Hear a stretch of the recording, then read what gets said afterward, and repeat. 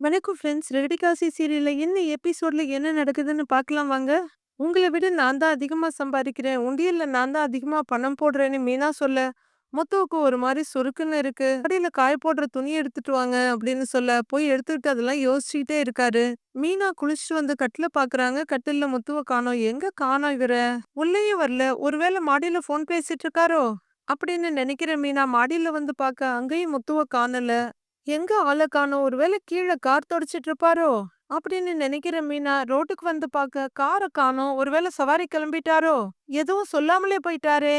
அப்படின்னு ரோட்டையே பார்த்துட்டு இருக்காங்க. அப்ப வாக்கிங் முடிச்சுட்டு வர அண்ணாமலை, "எங்கம்மா முத்து?" அப்படின்னு கேக்குறாரு மீனா கிட்ட. "காலையில வாக்கிங் போகும்போது பார்த்தேன், கார காணோம்." அப்படின்னு அண்ணாமலை சொல்ல, "மாமா அப்ப நீங்க போகும்போதே இல்லையா?" அப்படின்னு கேட்க, "இல்லம்மா உன்கிட்ட கூட சொல்லாம போயிட்டானான்னு" அண்ணாமலை கேக்குறாரு. "இல்ல மாமா, நான் எந்திரிக்கும் போதே அவரு ஆள காணோம்." அப்படின்னு மீனா சொல்ல, "ஏதாவது அவசர வேலையா இருந்திருக்கும். அதான் அவன் சொல்லாம கொள்ளாம போயிருப்பான். நீ வேலைய பாரு." அப்படின்னு சொல்லிட்டு அண்ணாமலை உள்ளர போயிடுறாரு. மீனா கிச்சன்ல டீ போட்டுட்டு இருக்க. மீனா குட் மார்னிங்ன்னு ஸ்ருதி வர்றாங்க. "என்ன சீக்கிரமா வந்துட்டீங்கன்னு?" கேட்க, "ஆமா, இன்னைக்கு சீக்கிரமா டப்பிங் போகணும். டப்பிங் இருக்கு. அங்க போய் உட்கார்ந்தா தூக்கமா வரும். நீங்க போடுற காஃபி வாசனை என்ன உள்ள இழுத்துருச்சு. எனக்கு ஒரு காஃபி மட்டும் குடுங்களேன்னு" ஸ்ருதி கேக்குறாங்க. "சரி, நீங்க போங்க, நான் போட்டு எடுத்துட்டு வரேன்." அப்படிங்கிற மீனா ஃபோன் எடுத்து முத்துவுக்கு கூப்பிடுறாங்க. ஃபோன் ரிங் ஆயிட்டே இருக்கு. ஏன் ஃபோன் எடுக்க மாட்டேங்கிறாருன்னு யோசனையே பண்ணிக்கிட்டு ஸ்ருதிக்கு காஃபி கொண்டு வந்து குடுக்குறாங்க. மீனா அப்படியே யோசனையாவே நடந்து போயிட்டு இருக்க. "மீனா, நான் எத்தன கடையில காஃபி குடிச்சாலும் நீங்க போடுற காஃபி மாதிரி வராது." அப்படின்னு ஸ்ருதி காம்ப்ளிமெண்ட் குடுக்க, மீனா கிட்ட எந்த ரியாக்ஷனும் இல்ல. "ஹலோ டார்லிங், என்னாச்சு உங்களுக்கு? காம்ப்ளிமெண்ட் குடுத்தா சைலண்டா இருக்கீங்க?" அப்படின்னு ஸ்ருதி கேட்க, "இல்லங்க, அவரு காலையிலேயே கிளம்பி போயிருக்காரு. என்கிட்ட ஒரு வார்த்தை கூட சொல்லலன்னு" மீனா சொல்ல, "அவருக்கு தான் கேப் எந்த நேரம் வேணாலும் புக் ஆகும்ல. நைட்டு வந்தாரான்னு?" ஸ்ருதி கேக்குறாங்க. நைட்டு வந்தாரு. காலையில நான் எந்திரிக்கும்போது பக்கத்துல இல்ல. மாடியில எக்ஸர்சைஸ் செய்வாருன்னு நெனச்சு நான் குளிக்க போயிட்டேன். வந்து பார்த்தா அவர காணோம். மாடியிலயும் இல்ல. வெளியில காரும் இல்லன்னு" மீனா சொல்றாங்க. "அப்ப நீங்க எந்திரிக்கிறதுக்கு முன்னாடியே போயிருப்பாருன்னு" ஸ்ருதி சொல்ல, "அப்படியே சீக்கிரமா போனாலும் என்னை எழுப்பி சொல்லிட்டு தான் போவாரு. நான் கால் பண்ணாலும் எடுக்கல." அப்படின்னு கொஞ்சம் வருத்தமாவே சொல்றாங்க மீனா. "டிரைவிங்ல இருந்திருப்பாரு. திரும்ப கால் பண்ணி பாருங்கன்னு" ஸ்ருதி சொல்ல, "ம்." அப்படின்னு மீனா மறுபடியும் கால் பண்ண, கால் பிக் ஆகல. "ஏங்க, எடுக்கலங்க." அப்படின்னு ரொம்ப சங்கடமா சொல்ல, "சரி விடுங்க. அப்புறம் அவரே பண்ணுவாரு." அப்படின்னு ஸ்ருதி சொல்றாங்க. "என்னடி காலையிலேயே ஃபோன பார்த்துட்டு இருக்கிற? எனக்கு காஃபி குடு." அப்படின்னு புடவைய அட்ஜஸ்ட் பண்ணிட்டு அங்க வர்ற விஜயா, "ஸ்ருதி, என்னம்மா சீக்கிரமா எந்திரிச்சிட்டியா?" அப்படின்னு கேக்குறாங்க. "ஆமா ஆன்ட்டி, இன்னைக்கு சீக்கிரமா ஸ்டுடியோக்கு போகணும்." அப்படின்னு ஸ்ருதி சொல்ல, "ஓ அப்படியான்னு?" சிரிச்சுக்கிட்டே கேக்குற விஜயா, மீனா கொண்டு வர காஃபிய வாங்கிக்கிறாங்க. இன்னைக்கு என்ன டிஃபன் செய்ய போற?" அப்படின்னு விஜயா கேட்க, "என்ன செய்யணும் அத்தன்னு?" மீனா கேக்குறாங்க. "நீ தான் ஏதாவது யோசிச்சு வச்சிருப்பியேன்னு" விஜயா சொல்ல, "இட்லி?" அப்படின்னு மீனா கேக்குறாங்க. "நேத்தும் அதுதானே?" "பூரி?" அப்படின்னு மீனா கேட்க, "காலையில எண்ணெயில செஞ்சது சாப்பிட்டு நெஞ்ச கரிக்கிறதுக்கா?" அப்படின்னு விஜயா அதுக்கு ஒரு குறை சொல்ல, "தோசை ஊத்தவான்னு?" கேக்குறாங்க மீனா. "தோசையா? தொட்டுக்க என்ன செய்வ?" அப்படின்னு விஜயா கேட்க, "சட்னிங்கிறாங்க" மீனா. "ஏன் சாம்பார் வைக்க கூடாதா?" அப்படின்னு விஜயா கேக்குறாங்க. "பருப்பு எதுவும் ஊற வைக்கல அத்த. பிரெட்ல ஏதாவது செஞ்சு தரவான்னு?" மீனா கேக்குறாங்க. "ஏன்டி, எனக்கு என்ன ஜுரமா?" அப்படின்னு விஜயா கேட்க, "உப்மா" அப்படிங்கிறாங்க மீனா. "சேமியாவா ரவையான்னு?" விஜயா கேட்க, "ரவை தான் அத்தங்கிறாங்க" மீனா. "ஆஹா, அத சாப்பிட்டா மத்தியானம் சாப்பிட முடியாது." அப்படின்னு விஜயா சொல்ல, "ஹோட்டல்ல இருந்து ஏதாவது வாங்கிட்டு வரவான்னு?" மீனா கேக்குறாங்க. "ஹோட்டல்ல சாப்பிட்டு எனக்கு வயித்துக்கு ஏதாவது பிரச்சனை வர்றதுக்கா?" அப்படின்னு விஜயா கேட்க, சலிச்சு போன மீனா, "அப்ப நான் என்ன செய்யணும்னு நீங்களே சொல்லுங்க அத்தங்கிறாங்க." "உன் புருஷனுக்காக என்ன பண்ணியிருக்கன்னு?" விஜயா கேட்க, "அவரு என்ன பண்ணாலும் சாப்பிடுவாருங்கிறாங்க" மீனா. "அப்ப நான் தான் தினுசு தினுசா கேக்குறேனா?" அப்படின்னு விஜயா கேட்க, "அப்படி நான் எதுவும் சொல்லல அத்த. எது இருக்கோ சாப்பிட்டு பாருன்னு சொன்னேன்." அப்படின்னு மீனா சொல்ல, "சரி, உன் புருஷனுக்கு நீ என்ன பண்ணலான்னு இருந்த?" அப்படின்னு விஜயா கேட்க, "நான் எந்திரிக்கிறதுக்கு முன்னாடியே அவரு வெளிய கிளம்பிட்டாரு." அப்படின்னு மீனா சொல்ல, "சரி போ, இட்லியே செய்யுங்கிறாங்க" விஜயா. இந்த டிஸ்கஷன அதுவரைக்கும் அமைதியா பார்த்துட்டு இருந்த ஸ்ருதி விழுந்து விழுந்து சிரிக்கிறாங்க. என்னங்கிற மாரி விஜயா பார்த்துக்கிட்டு சேர்ல உட்கார்றாங்க. "ஆன்ட்டி, பக்கத்துல இருக்க ரூமுக்கு 10 கிலோமீட்டர் சுத்தி போன மாதிரி இருக்கு நீங்க செஞ்சது." அப்படின்னு ஸ்ருதி சொல்ல, "என்னம்மா சொல்றேன்னு?" கேக்குறாங்க விஜயா. "மீனாவே முதல்லயே இட்லி தானே செய்றேன்னு சொன்னாங்க." அப்படின்னு ஸ்ருதி கேட்க, என்னடா இதுன்ற மாரி யோசிக்கிற விஜயா, "வேற என்ன பண்றது? தலைவிதியேன்னு இட்லிய சாப்பிட வேண்டியதுதான்." அப்படின்னு விஜயா கொஞ்சம் சலிப்போட சொல்றாங்க. "சவுத் இந்தியால மெஜாரிட்டியான பீப்புள் காலையில இட்லி தான் சாப்பிடுறாங்க. அப்ப அவங்கெல்லாம் என்ன தலைவிதியே நான் சாப்பிடுறாங்க?" அப்படின்னு ஸ்ருதி கேட்க, என்னடா இவ கூட வம்பா போச்சுன்னு அவள பார்த்துட்டு இருக்க விஜயா, நீ சீக்கிரம் காலையில போகணும்னு சொன்னீல்ல? கிளம்பு அப்படிங்கிற விஜயா மீனா பக்கம் திரும்பி நீ சீக்கிரம் சமையல முடின்னு சொல்லிட்டு காஃபி கப்பை எடுத்துட்டு கிளம்பிடுறாங்க. விஜயா போனதுக்கு அப்புறம் சிரிச்சுக்கிட்டே மீனா கிட்ட வர ஸ்ருதி, மீனா உங்களுக்கு பொறுமையின் சிகரம்னு அவார்டு தான் குடுக்கணும். அப்படிங்க ஏங்கங்கறாங்க அவங்க. ஆமா வேணும்னே இவ்வளவு பேசி உங்கள திட்டிட்டு போறாங்க. என்ன எல்லாம் இப்படி பேசினா பதிலுக்கு ஏதாவது சொல்லிடுவேன். நீங்களும் அவங்க கேக்குற எல்லாத்துக்கும் பதில் சொல்லிட்டு இருக்கீங்க. எனக்கெல்லாம் உங்க அளவுக்கு பொறுமையே வராது. சரி நான் போய் குளிச்சிட்டு வரேன். அப்படின்னு சுருதி அவங்க ரூமுக்குள்ள போயிட மீனா மறுபடியும் முத்துவுக்கு கால் பண்றாங்க. கார் ஷெட்ல செல்வம், அப்புறம் ஒரு 3 பேர் நின்னு பேசிட்டு இருக்காங்க. "டேய் எனக்கு உன் பிறந்த நாளைக்கு வெட்டின கேக்கு சூப்பர்டா" அப்படின்னு செல்வம் சொல்ல மத்தவங்க பேசிட்டு இருக்காங்க. அப்போ கார்த்திக் முத்துவோட ஒய்ஃப் வர்றாங்க பாருன்னு சொல்ல 4 பேர் அங்க வர்றாங்க. "வாம்மா மீனா, என்ன முத்துவ பார்க்க வந்தியா?" "அவன் இங்க இல்லையேம்மா" அப்படிங்கிறாரு செல்வம். "எங்கன்னே போயிருக்காரு?" அப்படின்னு முத்து கேட்க, "இங்க வரலையேம்மா, சவாரிக்கு வேற எங்கேயாவது போயிருப்பாமாங்கிறாரு செல்வம். காலையில என்கிட்ட சொல்லாம சீக்கிரமே கிளம்பி போயிட்டாருண்ணா அப்படின்னு மீனா சொல்ல, அப்படியா? அவன் காலையில இருந்து இங்க வரலையேம்மா, சவாரி இல்லைன்னா இங்கதான் வருவான். நான் சவாரி வந்து போயிருப்பான்ல நினைச்சேன்னு செல்வம் சொல்ல, ஃபோன் பண்ணா கூட எடுக்க மாட்டேங்கிறாரு. காலையில இருந்து 2, 3 தடவை ஃபோன் பண்ணிட்டேன் அப்படின்னு மீனா சொல்ல, எவ்வளவு வேலையா இருந்தாலும் நீ ஃபோன் பண்ணா எடுத்துருவானே, ஏன் எடுக்க மாட்டேங்கிறான்? இருமா நான் ஃபோன் பண்றேன் அப்படிங்கிற செல்வம் கால் பண்ண, அப்பயும் ஃபோன் பிக் ஆகல. என்னடா நான் கால் பண்ணாலும் எடுக்க மாட்டேங்கிறான் அப்படின்னு செல்வம் சொல்ல, ஒருவேளை ஃபோன் சைலண்ட்ல இருக்குமோ அப்படின்னு கார்த்தி சொல்றாரு. அப்படிலாம் பண்ண மாட்டானேடா அப்படின்னு செல்வம் சொல்லிட்டு இருக்க. டேய் முத்து என்னைக்குடா சைலண்ட்ல போட்டிருக்கான்? நமக்கே சொல்லுவான். சவாரி வந்தா தெரிய வேணாமான்னு. அப்புறம் எப்படிடா போடுவான்னு கேக்குறாரு அவரு. அப்புறம் ஏன் எடுக்க மாட்டேங்கிறான்? அப்படி எங்க போயிருப்பான் அப்படின்னு செல்வம் சொல்லிட்டு இருக்க. மீனா கலக்கத்தோட பாத்துக்கிட்டு இருக்காங்க. ஏன் செல்வம், நம்ம லோகோவோட பிறந்த நாள் தானே இன்னைக்கு. நாம எல்லாரும் சேர்ந்து பாண்டிச்சேரிக்கு போலான்னு பேசிட்டு இருந்தான்ல, அதுக்கு கூட முத்துவை வர சொல்லி இருந்தானே அப்படின்னு கார்த்திக் சொல்ல, மீனா, "ஓ! அப்படியான்ற" மாரி ஒரு பார்வ பார்த்துட்டு இருக்க. உடனே கார்த்தியோட கால மிதிக்கிற செல்வம், "சும்மா இருடாங்கறாரு." அது ஒண்ணும் இல்லம்மா. பாண்டிச்சேரியில ஒரு விசேஷமான கோவில் ஒண்ணு இருக்கு. லோகு பிறந்த நாளைக்காக பூஜை பண்றதுக்காக அங்க போயிருப்பாமா." அப்படின்னு செல்வம் சொல்ல, "பாண்டிச்சேரிக்கு எதுக்கு போவாங்கன்னு எனக்கு நல்லா தெரியும்." அப்படின்னு மீனா சொல்ல, "அதான் லோகு கூப்பிட்டப்ப முத்து வரலன்னு சொல்லிட்டான்ல." அப்படின்னு தினேஷ் சொல்றாரு. "ஒருவேளை அவன் காலையில பேசி கூட்டிட்டு போயிருப்பானோ என்னமோ." அப்படின்னு கார்த்திக் சொல்றாரு. "சரிம்மா, நான் வேணா விசாரிச்சு ஃபோன் பண்றேம்மா." அப்படின்னு செல்வம் சொல்ல, "சரி நான் அவரு ஃபோன் பண்ணா எனக்கு ஃபோன் பண்ண சொல்லுங்க." அப்படின்னு மீனா சொல்ல, "சரிம்மா" அப்படிங்கிறாங்க எல்லாருமே. மீனா அங்கிருந்து கிளம்பின உடனே, "என்னடா இவன் வீட்ல கூட சொல்லாம கொள்ளாம போயிருக்கான்னு" செல்வம் கேட்க, அவன் பெட்ரோல் பங்க்ல இருக்கப்ப மீனா சிஸ்டர் ஃபோன் பண்ணா கூட பதறி அடிச்சு எடுத்துட்டு பெட்ரோல் பங்க்காரங்கிட்ட அப்புறமா திட்டு வாங்குவான். இப்ப ஏன் எடுக்க மாட்டேங்கிறான்? இரு நான் கால் பண்றேன். நான் கால் பண்ணா உடனே எடுப்பான் அப்படின்னு சொல்லிக்கிட்டே கார்த்திக் கால் பண்ண, எங்க பண்ணுங்கிறாரு செல்வம். இரு பண்றேன்ட்டு கால் பண்றாரு கார்த்திக். ஃபோன் ரிங் ஆகுது. எடுத்தானா அப்படின்னு செல்வம் கேட்க, எடுக்கல அப்படிங்கிறாரு கார்த்திக். என்னமோ ஓனர்னு சொன்னேன். அப்படி எங்க போயிருப்பான் அவன் அப்படின்னு செல்வமும் யோசிக்க ஆரம்பிக்கிறாரு. பார்வதி அவங்க வீட்ல சுவாமி படத்துக்கு பூஜை போட்டுட்டு இருக்காங்க. அதுல விஜயாவோட படத்தையும் வச்சிருக்காங்க. என்ன பார்வதி, பூஜையெல்லாம் பலமா இருக்குன்னு கேட்டுக்கிட்டே விஜயா வர்றாங்க. பார்வதி பக்கத்துல வர்ற விஜயா அவங்களோட படத்தை பாத்துடுறாங்க. என்ன பண்ணிட்டு இருக்க அப்படின்னு சொல்லிட்டு அந்த போட்டோவை எடுத்து அதுல இருக்க பூவை தூக்கி போட்டுட்டு விடுவிடுன்னு வெளியே வர்றாங்க. விஜயா நீ என்ன பண்ணிட்டு இருக்கன்னு பார்வதி பின்னாடியே ஓடி வர்றாங்க. ச்சே, நீ என்ன பண்ணிட்டு இருக்க அப்படின்னு விஜயா கேட்க, இந்த போட்டோவுக்கு பூ போட்டு சாமி கும்பிட்டுட்டு இருக்கேன் அப்படின்னு பார்வதி சொல்ல, இது சாமி போட்டோவா அப்படின்னு விஜயா கேட்க, சாமி போட்டோ, உக்ர சொரூபிணி போட்டோ, கண்திருஷ்டி போட்டோ இது. ரொம்ப சக்தி வாய்ந்தது தெரியுமா? கடைக்கு போயிட்டு வரும்போது வழியில ஒருத்தன் வித்துக்கிட்டு இருந்தான். இந்த படத்துக்கு பூஜை பண்ணி சாமி கும்பிட்டா எல்லா திருஷ்டியும் போயிடுமா. அதனாலதான் ரொம்ப அதிகம் பேர் கும்பிடுறாங்கன்னு பார்வதி விலாவாரியா சொல்லிட்டு இருக்காங்க.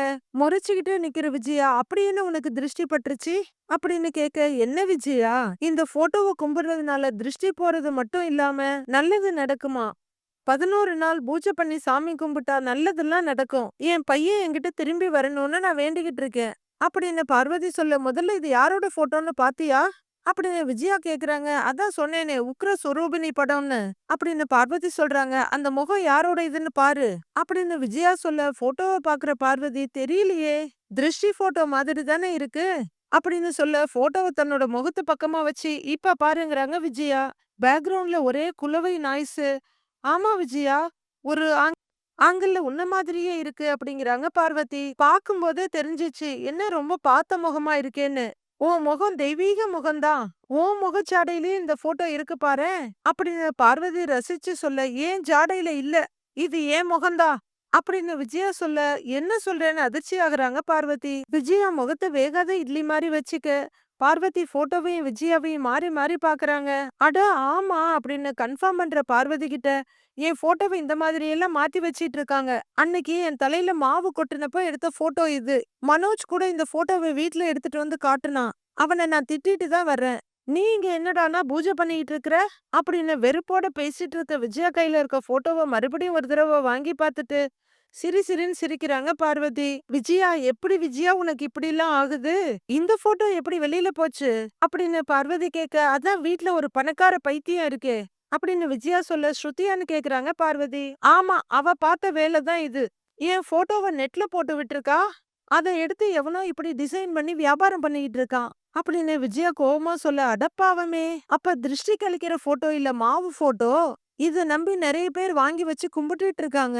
இந்த மாதிரி தான் ஊருக்குள்ள நிறைய பிசினஸ் உருவாகுது விஜயா அப்படின்னு பார்வதி சொல்ல, முதல்ல இந்த போட்டோவை தூக்கி போடு அப்படின்னு போட்டோவை நீட்டுறாங்க விஜயா. எதுக்கு தூக்கி போட சொல்ற? போட்டோ நல்லா தானே இருக்குங்கிறாங்க பார்வதி. அப்ப இத வச்சு பூஜை பண்ண போறியா அப்படின்னு விஜயா கேட்க, இல்ல பூஜையெல்லாம் போட மாட்டேன். உயிரோட இருக்கவங்களுக்கு பூஜையெல்லாம் போடக்கூடாதுல்ல, பத்திரமா இங்கேயே இப்படின்னு எடுத்துக்கிட்டு கொஞ்சம் வெளியே போறாங்க. ஏன்னு பின்னாடியே கத்திட்டு வர்ற விஜய் அவங்க கைய புடிச்சு, வர்றவங்க எல்லாம் என்ன பார்த்து சிரிக்கணுமா? இத எங்கேயாவது நீ மாட்டி வச்ச அப்புறம் நான் உன் வீட்டு பக்கமே வரமாட்டேன் அப்படின்னு விஜயா சொல்ல, ஐயோ, இப்பதான் என் மேல இருக்க கோவமெல்லாம் போய் நீ என்கிட்ட பேச ஆரம்பிச்சிருக்க. திரும்பவும் நான் உன்னை கோவப்படுத்தல. இந்த போட்டோவை உன் கண்ணுல படாம எங்கேயாவது வச்சிடுறேன் போதுமா அப்படிங்கிற பார்வதி அந்த போட்டோவை எடுத்துட்டு உள்ளர போயிடுறாங்க. விஜயா கோவமா இங்கேயும் அங்கேயும் நடக்குறாங்க. விஜயா வந்து டைனிங் டேபிள் சேர்ல உட்கார, பார்வதியும் வந்து உட்காந்துட்டு விஜயான்னு கூப்பிட, என்ன சொல்லுங்கிறாங்க கோவமாவே.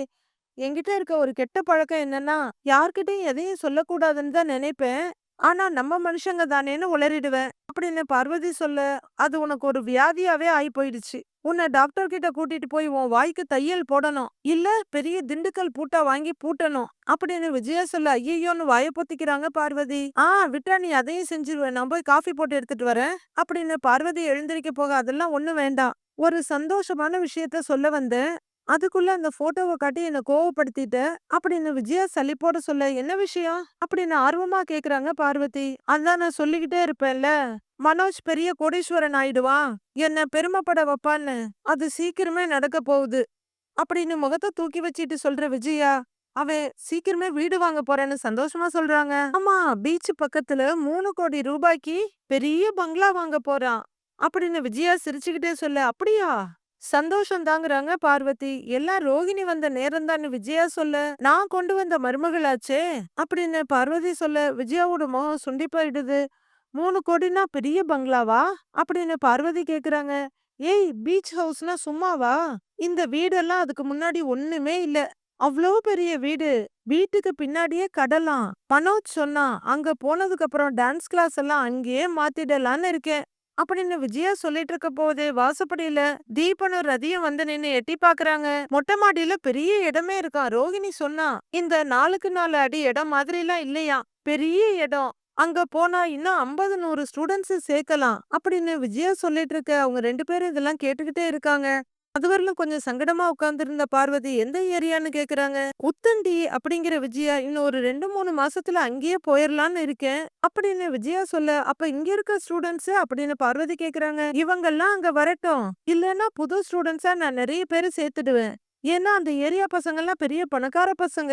அதுக்கப்புறம் என் டான்ஸ் கிளாஸ நான் அகாடமியா மாத்திடுவேன் அப்படின்னு விஜயா சொல்லிட்டு இருக்க. அது வரைக்கும் திகைப்பா கேட்டுட்டு இருந்த ரதியும் தீபனும் ஐயையோன்னு சொல்லிட்டு அந்த பக்கம் திரும்புறாங்க. 2 பேரும் கேட்ட விட்டு வெளியே வந்துடுறாங்க. என்னடா மாஸ்டர் இப்படி சொல்றாங்கன்னு ரதி கேட்க, ஏன்னு கேக்குறாரு தீபன். அவங்க உத்தண்டி போயிட்டாங்கன்னா அப்புறம் டான்ஸ் கிளாஸ்க்கு எப்படி வர்றதுன்னு ரதி கேக்குறாங்க. அங்க போய் சேர்ந்துக்கலாங்கிறாரு தீபன். போடா லூசு, எங்க அப்பா என்னை அவ்வளவு தூரம்லாம் அனுப்ப மாட்டாரு, டான்ஸ் கிளாஸே வேணான்னு சொல்லிடுவாரு, நாம மீட் பண்ணவே முடியாதுன்னு சங்கடமா சொல்றாங்க ரதி. ஓ, அப்படி வேற ஒண்ணு இருக்கோ அப்படின்னு தீபன் யோசிக்க, அவ்வளவுதான்டா, இனிமே நம்ம பாத்துக்கவே முடியாது அப்படின்னு ரதி அழாத குறையா சொல்றாங்க. எவ்வளவு நாள் தான் இப்படி பயந்துகிட்டே இருக்கிறது? 2 மாசம் டைம் இருக்குல்ல, அதுக்குள்ள நாம முடிவு பண்ணிக்கலாங்கிறாரு தீபன். என்ன முடிவுன்னு ரதி கேட்க, 2 மாசத்துல நாம மேரேஜ் பண்ணிக்கலாம் அப்படின்னு தீபன் சொல்ல, என்னடா சொல்ற அப்படின்னு அதிர்ச்சியோட ரதி கேட்க, உங்க அப்பா எப்படியும் கண்டிப்பா நம்மள சேர விட மாட்டாரு, 2 மாசத்துல நம்ம மேரேஜ் பண்ணிட்டு இங்க இருந்து எங்கேயாவது போயிடலாம் அப்படின்னு தீபன் சொல்ல, எனக்கு பயமா இருக்குடா அப்படிங்கிற ரதியோட கைய புடிச்சுக்கிட்டு, எதுக்கு பயப்படுற, நான் இருக்கேன்ல, என் ஃப்ரெண்ட்ஸ் வெளியூர்ல இருக்காங்க, அவங்க கிட்ட சொல்லி ஒரு வேலைய ரெடி பண்ணிக்கிறேன். நம்ம லைஃப நமக்கு புடிச்ச மாரி நாம வாழலாம். நீ பயப்படாத நான் இருக்கேன்." அப்படின்னு தீபன் சொல்ல, அப்படின்னு கேட்டுட்டு இருக்காங்க ரதி. மத்த ஸ்டூடண்ட்ஸும் வந்துடுறாங்க. எல்லாம் ஹாய் சொல்லிக்கிறாங்க. மொத்தமா 6 ஸ்டூடண்ட்ஸும் உள்ளர வர்றாங்க. அண்ணாமலை சோஃபால உட்கார்ந்திருக்க, "இந்தாங்க மாமா காஃபின்னு" கொண்டு வந்து குடுக்குறாங்க மீனா. "முத்து இன்னும் வரலையாமான்னு?" அவரு கேட்க, "வரல மாமா" அப்படிங்கிறாங்க மீனா. "ஃபோன் ஏதாவது பண்ணானான்னு?" அவரு கேட்க, "லேட் ஆகுன்னு ஏதோ சொன்னானான்னு?" அவரு கேட்க, "இல்ல மாமா நான் ஃபோன் பண்ணி பார்த்தேன். ஆஃப்ல இருக்கு" அப்படிங்கிறாங்க மீனா. "மறந்து போய் ஃபோன வீட்லயே தான் வச்சுட்டு போயிட்டானா?" அப்படின்னு அண்ணாமலை கேட்க, "இல்ல மாமா எடுத்துட்டு தான் போயிருக்காரு. சார்ஜ் எதுவும் இல்லையான்னு தெரியல" அப்படின்னு மீனா சொல்ல, "வேலை நேரத்துல இப்படி ஆஃப் பண்ணி வைக்க மாட்டானே. கார்ல தான் சார்ஜர் இருக்கேம்மா.